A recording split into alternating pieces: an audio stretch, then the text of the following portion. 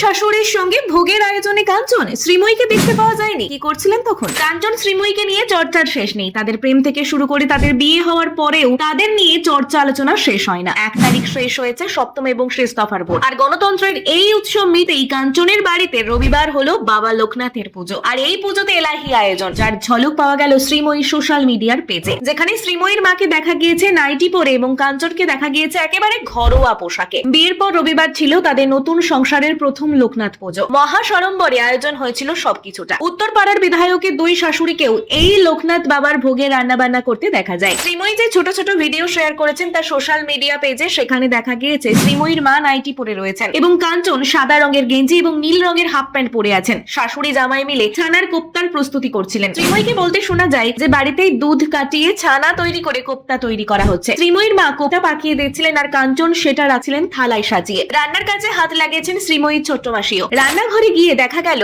স্ল্যাবের ওপর বসে রান্না চলছে শ্রীময়ীর ছোট মাসের। লোকনাথ ঠাকুরের ভোগে খিচুড়ি থেকে পোলাও, নানান রকম ভাজা, পটল আলুর তরকারি, আলুর দম, কতই না খাবার। শ্রীময়ী এর মধ্যে বলতে ছাড়লেন না যে কাঞ্চন শুধু তদারকি ছাড়া আর কোনো কাজই করছেন না। সকলে মিলে বেশ আনন্দের সঙ্গেই করছেন সমস্ত কাজটা।